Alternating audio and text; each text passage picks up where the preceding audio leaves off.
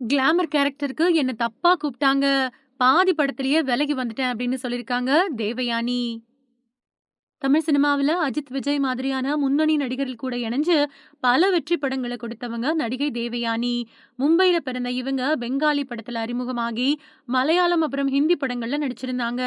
1995வது வருஷம் வெளியான தொட்டாச்சினுங்கி அப்படிங்கிற படத்தின் மூலமா தமிழ் சினிமாவுல அறிமுகமான இவங்க பல படங்கள்ல தன்னோட திறமையான நடிப்ப கொடுத்து ரசிகர்கள கவர்ந்தாங்க.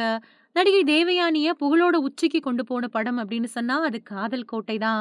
இந்த படத்துல அவங்க ஏற்று நடிச்சிருந்த கமலி கதாபாத்திரம் இன்னைக்கு வரைக்கும் பல பேரால மறக்க முடியாத கதாபாத்திரமா இருக்குது. படங்கள்ல முன்னணி கதாபாத்திரங்கள்ல நடிக்க ஆரம்பிச்ச நடிகை தேவயானி 1999வது வருஷம் நீ வருவாய் என படத்தை இயக்குன ராஜகுமாரனை காதலிச்சு கல்யாணம் பண்ணிக்கிட்டாங்க. இந்த தம்பதியினருக்கு 2 குழந்தைங்க இருக்காங்க. நடிகை தேவயானி இப்போ பல படங்கள்ல முக்கியமான கதாபாத்திரத்துல நடிச்சிட்டு வராங்க. சமீபத்துல கூட இவங்க நடிப்புல 3 BHK படம் வெளியாகி நல்ல வரவேற்பு பெற்றிருந்தது. தேவயானி படங்கள் மட்டும் இல்லாம சீரியல்கள்லயும் நடிச்சிருக்காங்க. இவங்க நடிச்ச கோலங்கள் சீரியல் மக்கள் மத்தியில ரொம்ப பெரிய வரவேற்பு பெற்றது. இந்த சீரியலுக்காக தேவயானி அஜித் நடிச்ச வரலாறு படத்துல நடிக்க மறுத்துட்டாங்க.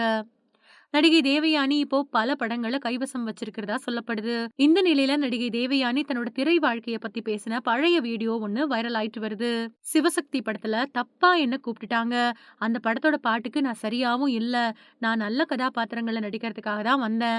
ஒரு சில படங்கள்ல அந்த மாதிரி கிளாமரா முதல்ல நடிச்சது எனக்கு அமைஞ்சு போச்சு. அதுக்கு பின்னாடி தான் காதல் கோட்டை படம் எனக்கு கிடைச்சது. இது எல்லாமே ஒரு அனுபவம் தான் அப்படின்னு சொல்லியிருக்காங்க தேவயானி.